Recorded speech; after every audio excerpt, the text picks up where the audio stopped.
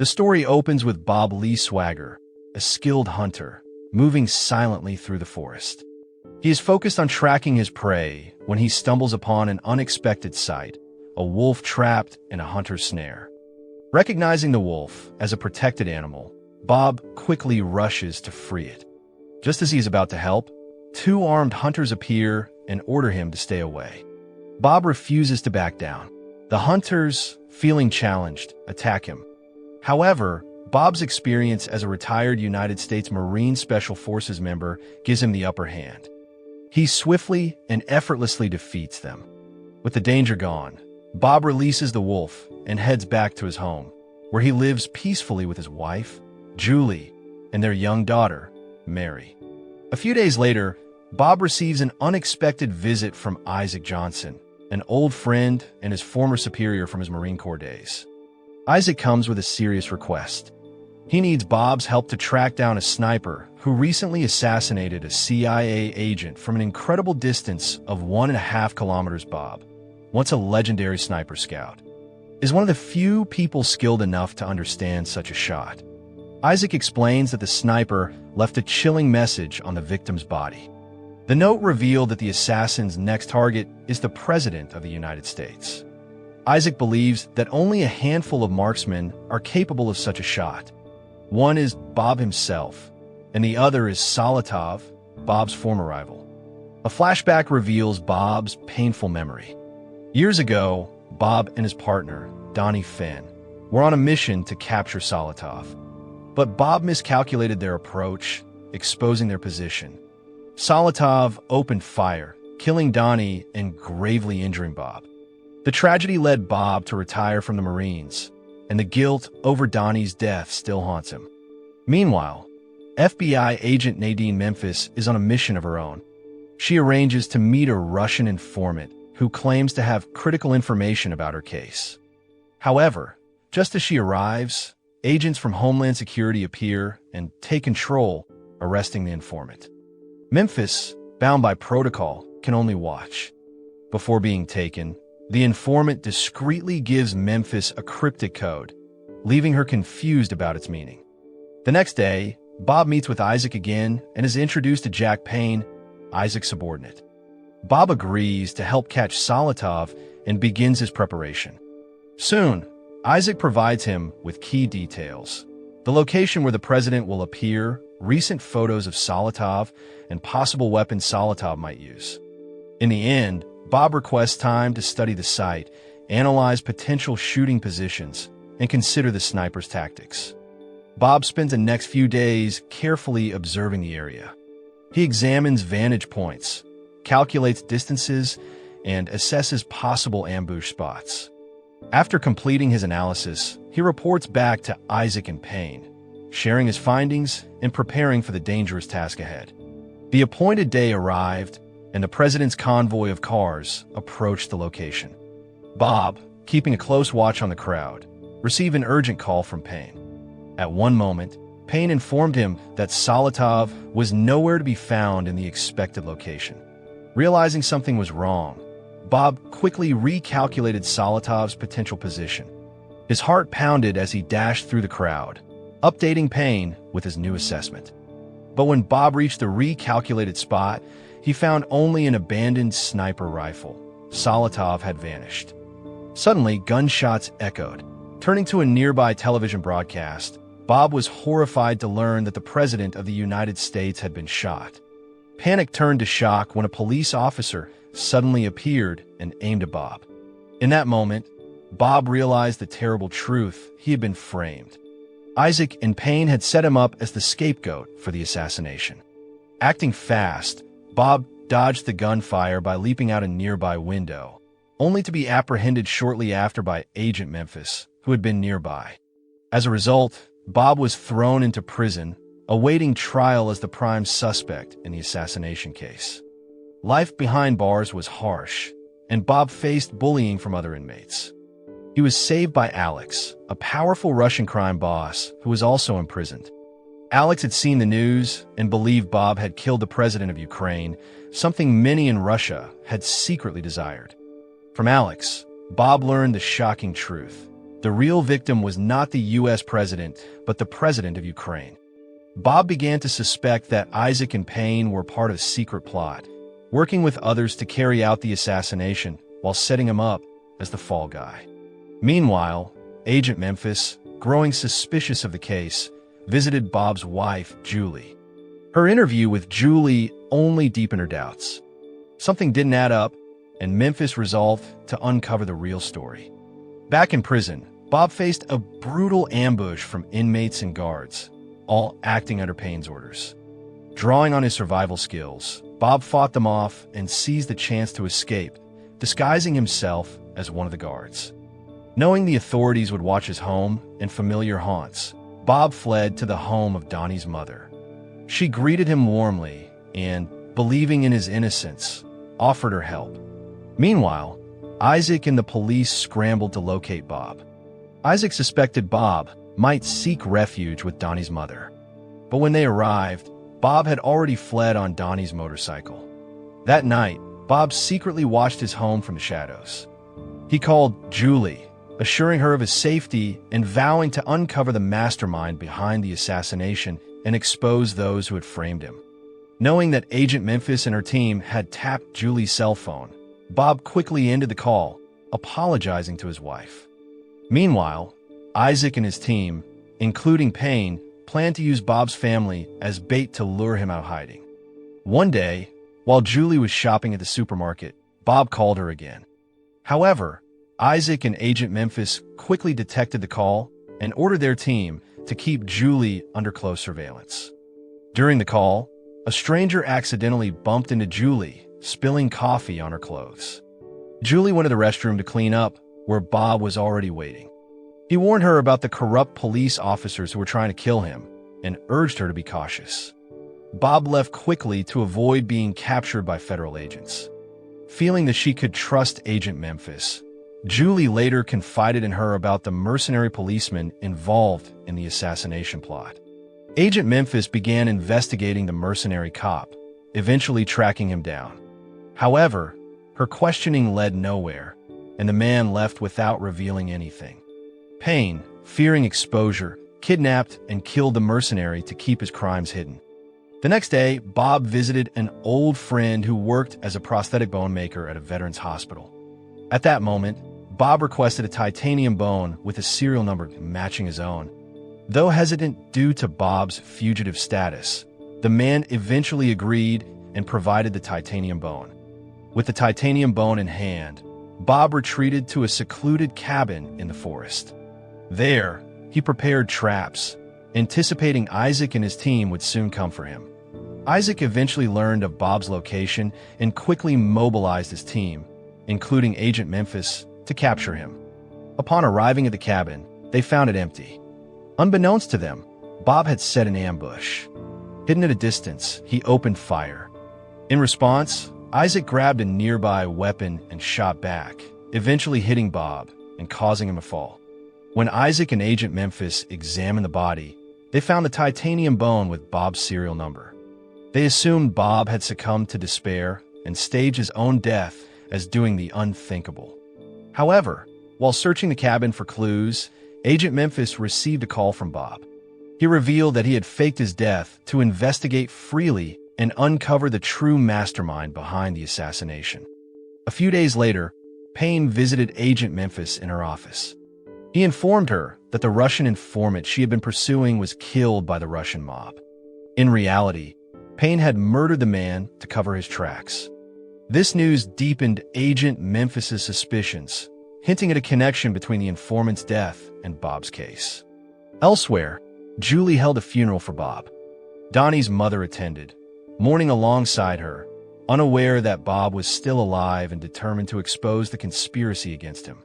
On the other hand, Isaac and his superior, Hugh Meacham, a CIA Black Ops operative, suspected that Donnie's mother knew about the conspiracy they had orchestrated to frame Bob.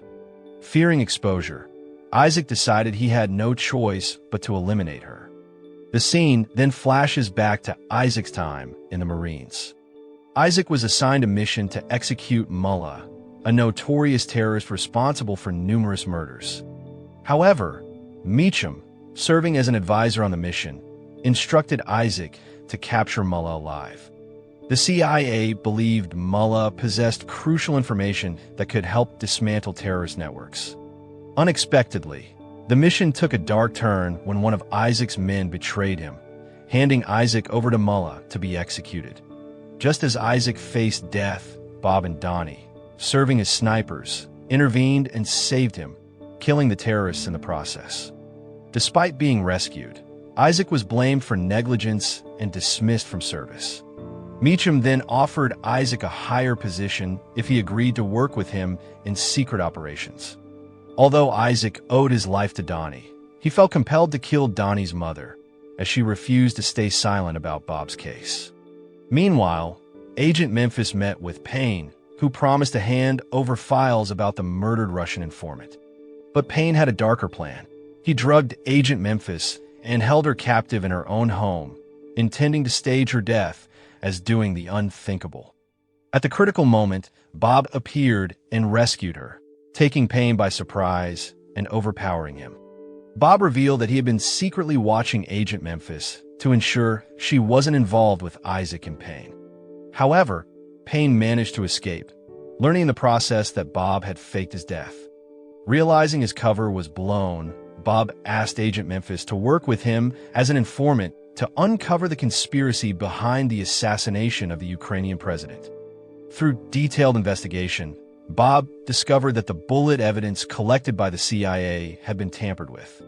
He reenacted the shooting, calculating the bullet's trajectory and determining that the real bullet was lodged inside a nearby police patrol car present during the assassination. Bob tracked the car to a garage. Disguising himself as a mechanic, he inspected the vehicle and successfully retrieved the real bullet. He left the garage before anyone noticed his true identity. Later, Bob presented the bullet to Agent Memphis, and together they discovered it originated from the Tree of Liberty, a rebel group seeking a revolution in the United States. Determined to expose the truth, Bob set off to a remote hideout used by Tree of Liberty members. At first, the members of the Tree of Liberty were wary of Bob's arrival. However, their attitude changed when James Richards, the group's leader, greeted Bob warmly and welcomed him. Bob explained the purpose of his visit and showed James the bullet he had found. James examined it, but insisted it didn't come from anyone in their group. When Bob asked about the supplier who provided their bullets, James refused to reveal any information. Meanwhile, Isaac, now aware that Bob was still alive, tried to track him down. His search led him to a car repair shop and eventually to the Tree of Liberty's hideout. Isaac approached the base alone and observed from a distance, but he was soon discovered and brought before James and Bob. At that moment, Bob quickly clarified that he had no ties with Isaac. James, seeing Isaac as a threat, ordered his execution and suggested that Bob should carry it out.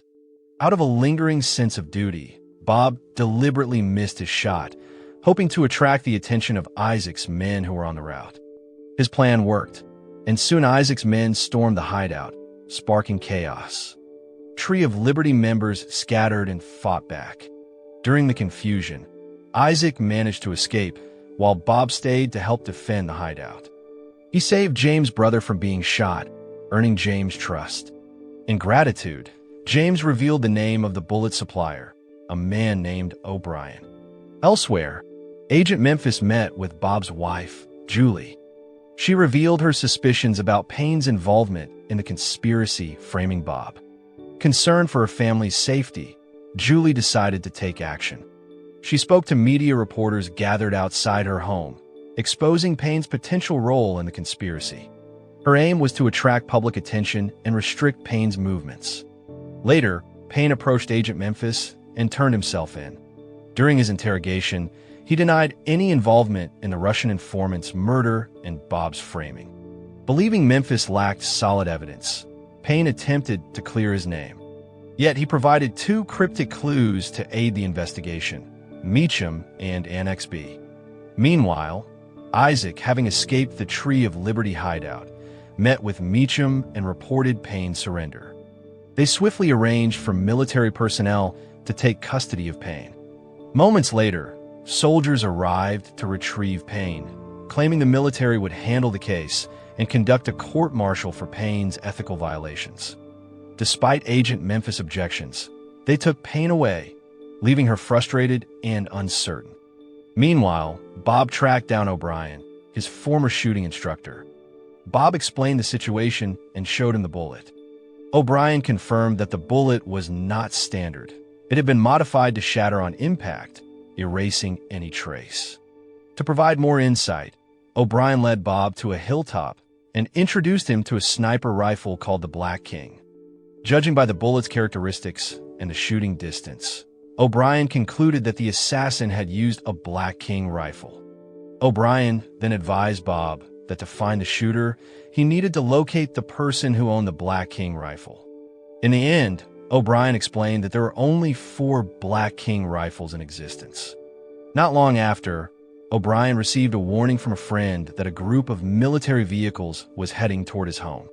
Anticipating the danger, O'Brien instructed Bob to prepare for the incoming mercenaries. Moments later, some of the attackers were caught and injured by traps O'Brien had set earlier, while Bob and O'Brien used their rifles to take down the rest. After successfully defeating the attackers, Bob prepared to leave and continue his investigation.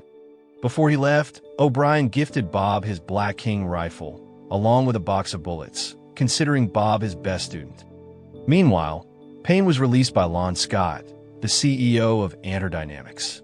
Payne demanded money from Lon Scott, claiming that he possessed Annex B, evidence of a massacre in a remote Ukrainian village committed by a private military group supplied by Antar Dynamics. This evidence implicated Lon Scott in the assassination of a Ukrainian president. However, Lon Scott rejected Payne's request, stating that he was unconcerned about the massacre video, even though it could lead to his prosecution for war crimes. Elsewhere, Agent Memphis continued her investigation, focusing on Dimitri's acquaintance, a key witness who knew about Annex B. Agent Memphis met with a woman named Casper, who initially refused to cooperate, but eventually agreed to connect her with the informant, a woman residing in Russia. Through a video call, the informant revealed information about Annex B, explaining that Dimitri had been targeted by various parties, including the Russian military.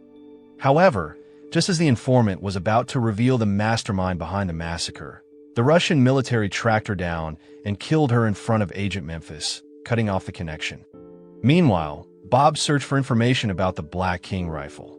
He attended an exhibition showcasing the weapon and discovered that Lon Scott owned one. Bob learned that Scott was an expert sniper, capable of hitting targets from over a kilometer away. Bob then shared his findings with Agent Memphis, asking her to meet him. He explained the details of Annex B and Scott's involvement in the assassination.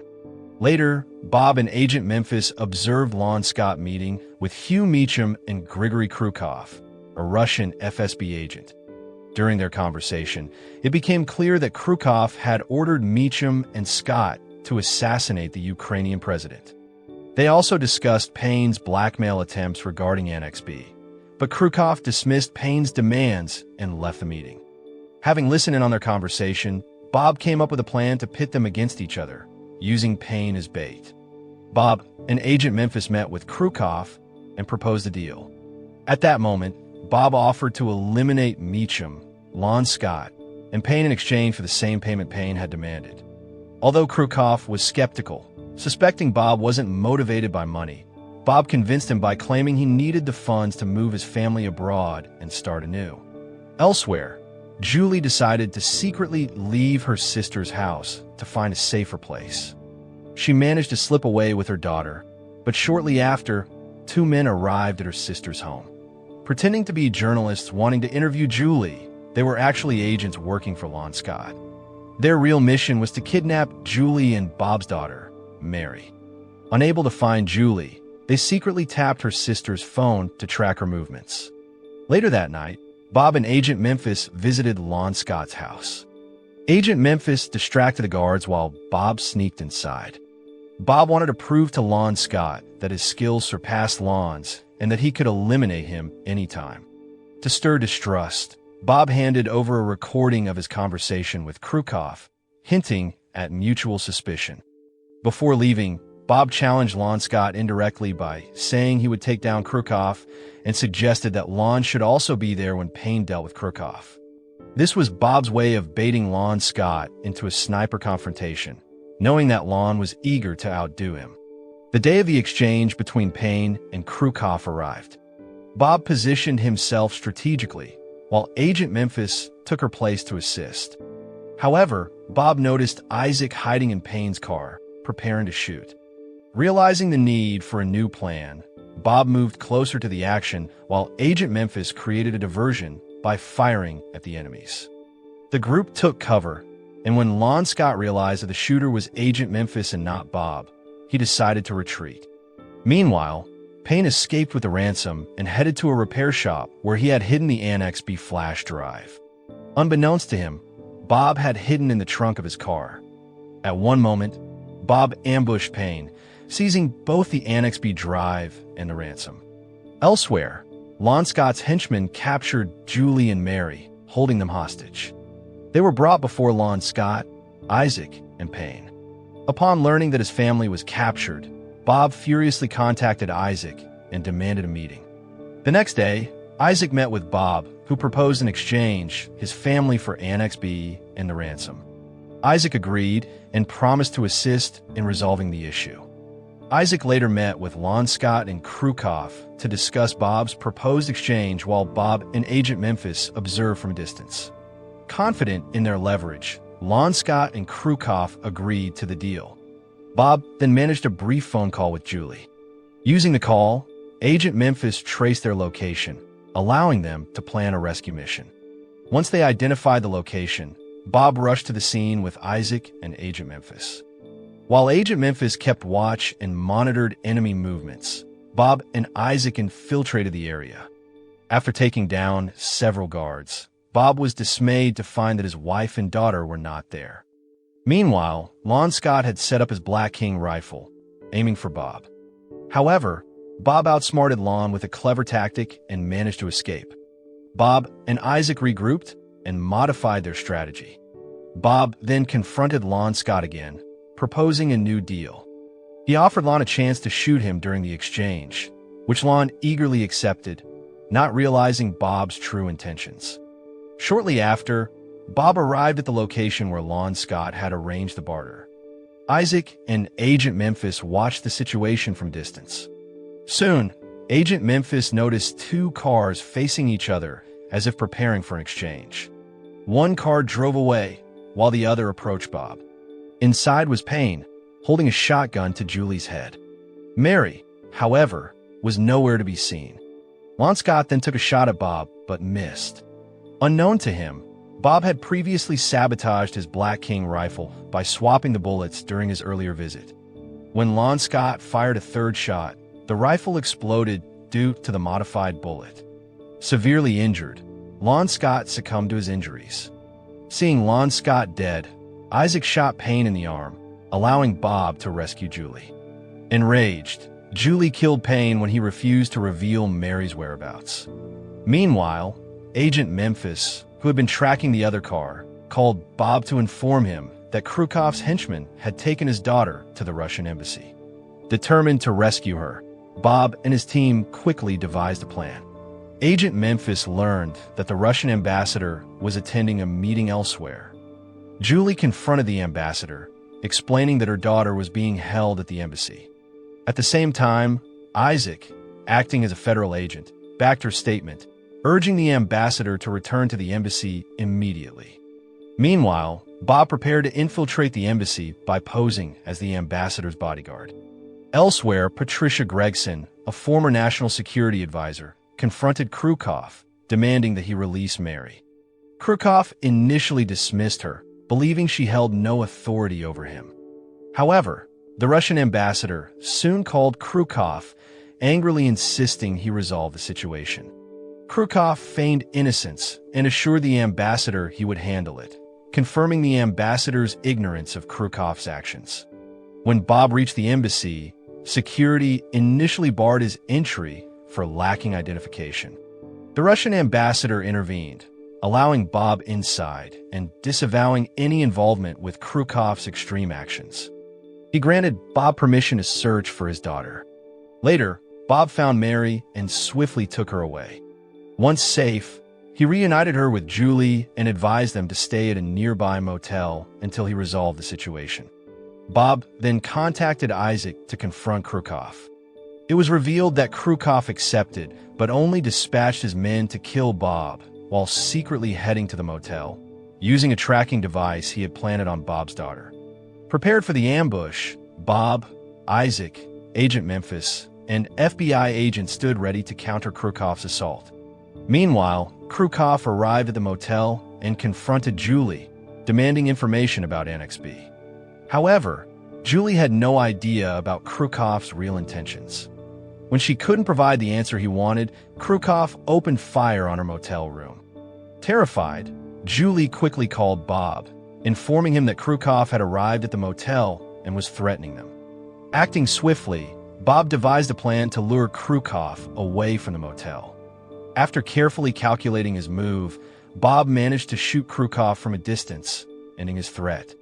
Despite his heroic actions, Bob was still a fugitive and a suspect in the assassination of the president of Ukraine. As a result, he was immediately arrested by the police. Later, Bob, his lawyer, and Agent Memphis met with Patricia Gregson. At that moment, Patricia offered to clear Bob's name and ensure his freedom if he handed over Annex B. However, Bob firmly stated that if Patricia wanted Annex B, she would have to retrieve it from the Russian embassy, where he had left it. Eventually, it was proven that Bob was not involved in the assassination, leading to his release and his name being cleared.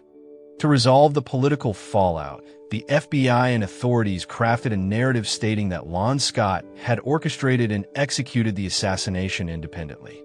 This story excluded any involvement from federal agents or Russian officials. With his name cleared, Bob was finally reunited with his family, bringing the story to a close.